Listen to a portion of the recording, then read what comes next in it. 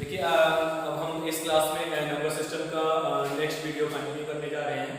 जैसा कि पिछले वीडियो में हमने कन्वर्जन टेक्निक्स बताया था, उस कन्वर्जन टेक्निक में ये अभी एनिमेशन कर रखा है कि यहाँ पे मैंने डेसिमल टू बाइनरी और बाइनरी टू डेसिमल कन्वर्जन बनाया था पहले वीडियो में। अब हम इस आगे की वीडियो में चलते हैं कि डेसिमल टू ऑक्टल। ठीक है, अब हम लेंगे डेसिमल टू ऑक्टल और उसके बाद ऑक्टल टू डेसिमल, ये दोनों कन्वर्जन हम करेंगे। ठीक, अब देखिए सेम तरीका है, सेम मेथड है जैसे हमने बताया था आपको। तो यहाँ पे सबसे पहले हम लेते हैं कि डेसिमल टू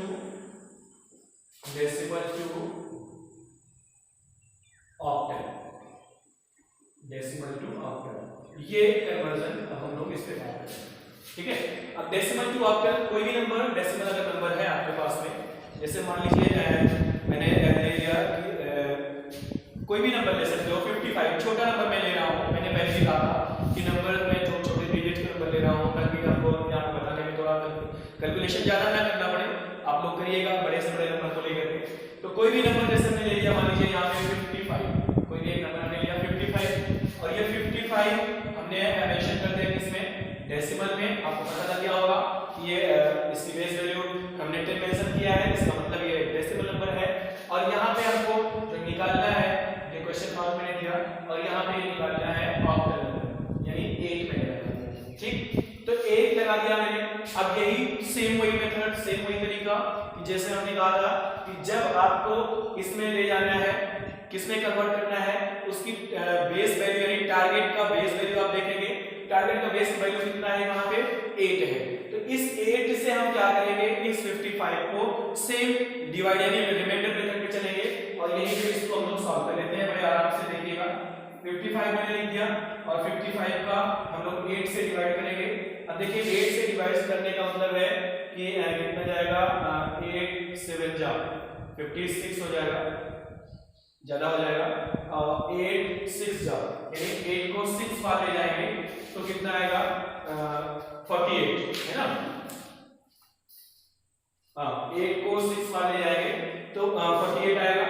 और रिमाइंडर कितना बार बचेगा, यहाँ पे देखिए 48 7 यानी 7 रिमाइंडर बचेगा, है ना।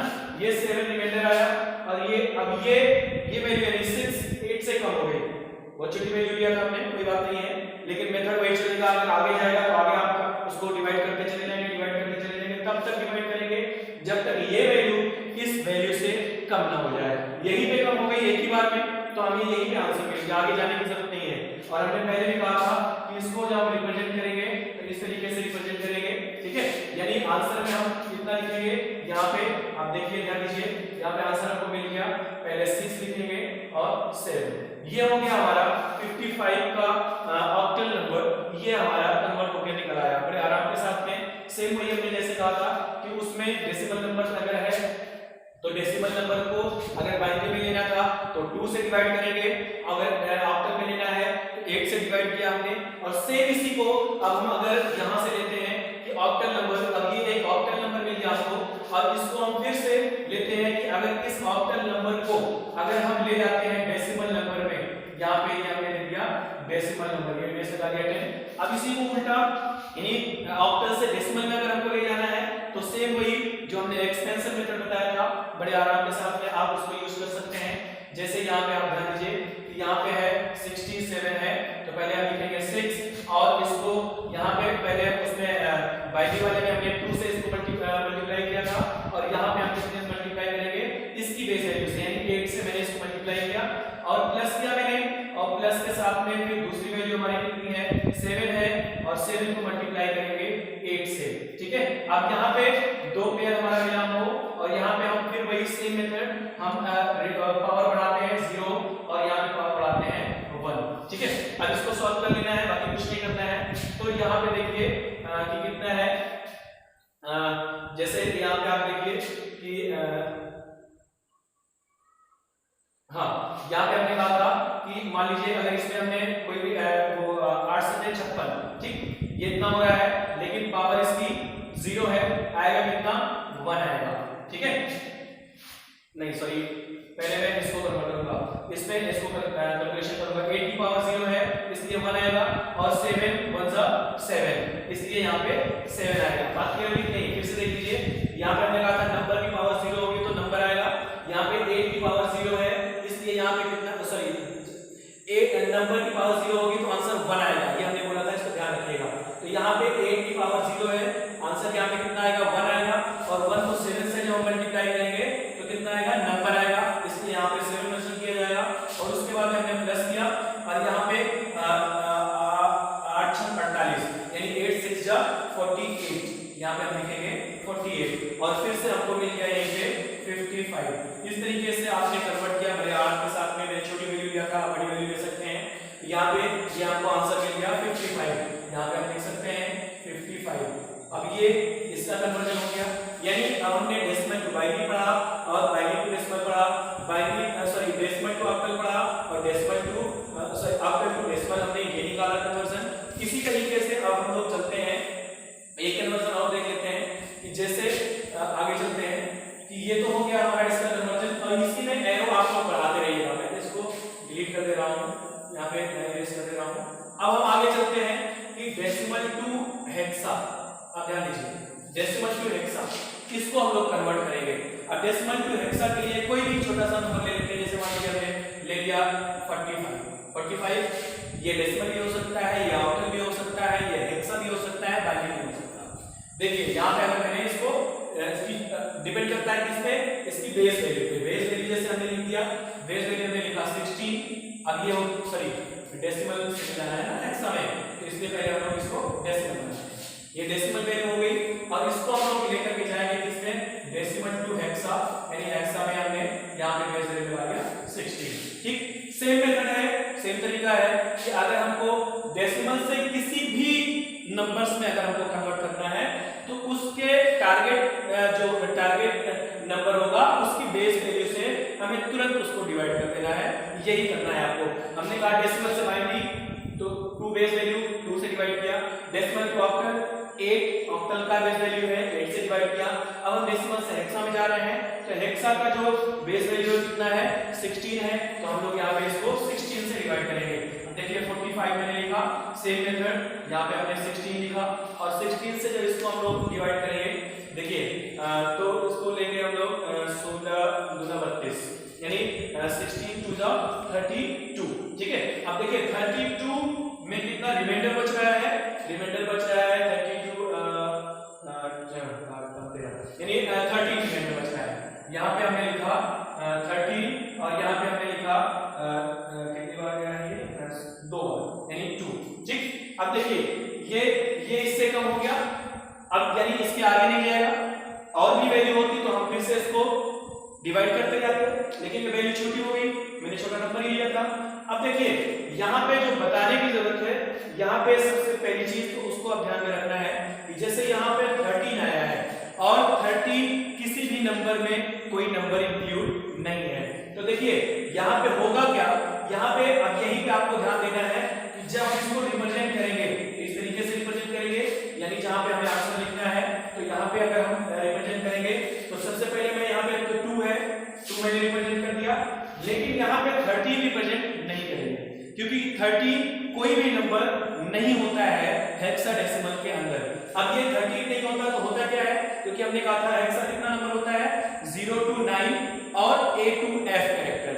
0 to 9 का मतलब है, मैंने यहाँ पे लिख के दिखाया था पहले, है ना, कि 0 से लेकर के 9 तक जाएगा, इसे देख लीजिए 0 1 2 3 4 5 6 7 8 9, और 9 के बाद हमने कहा था 10 की जगह पे मैं A लिखता हूँ, और B होता है, C होता है, D होता है, और E और F, हमने कहा था कि A to F कैरेक्टर।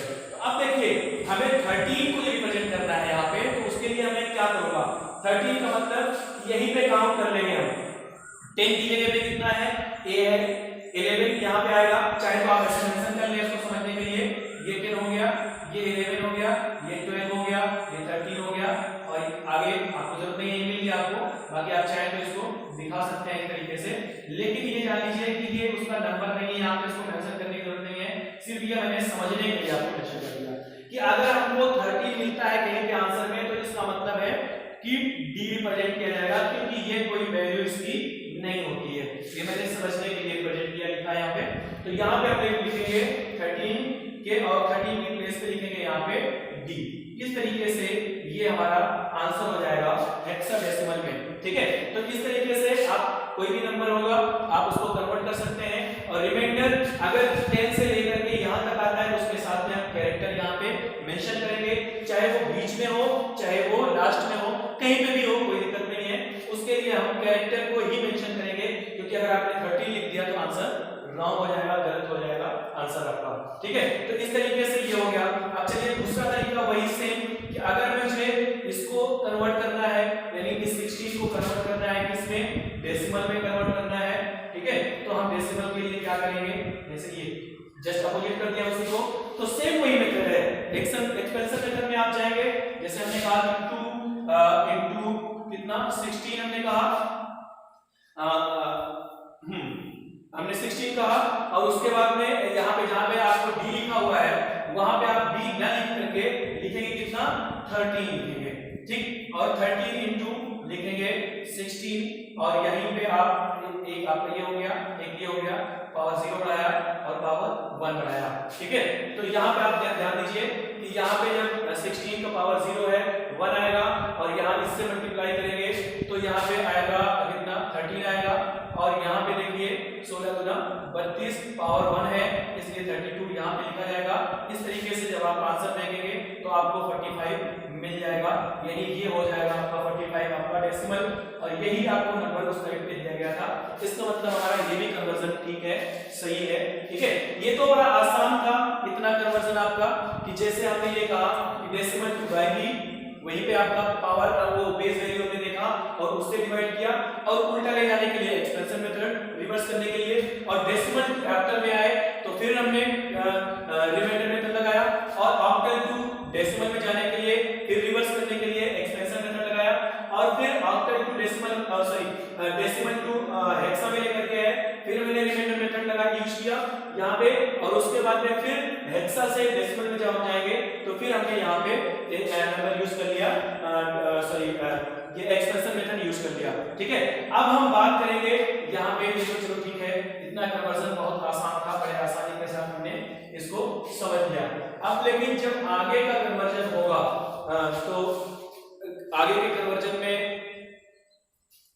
हम बात करेंगे, जैसे कि ये यहाँ पे ये डेसिमल से इसमें आ गए हम। बात यहाँ पे हम ध्यान देंगे कि जब हम बाइनरी टू ऑक्टल में आएंगे, और जब हम बाइनरी टू ऑक्टल में आएंगे या हम बाइनरी टू हेक्सा में आएंगे, तब यहाँ पे थोड़ा सा डिफरेंट हो जाएगा।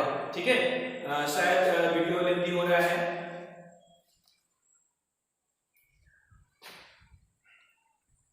जैसे कि ये लग रहा है कि क्योंकि अभी कन्वर्जन हमको ज्यादा बताना है, और अगर मैं इसी में ऐड कर दूंगा तो वीडियो बहुत ज्यादा लेंथी हो जाएगा, इसलिए मैं जस्ट इसके बाद में तीसरा वीडियो दे रहा हूँ आपको, लेक्चर दे रहा हूँ, और समझते रहिएगा। बहुत आसान सा तरीका मैं आपके आगे बताऊंगा आपको। उसके बाद में बस यही इसको एंड करते हैं इस क्लास को, आगे मैं फिर से देखता हूँ।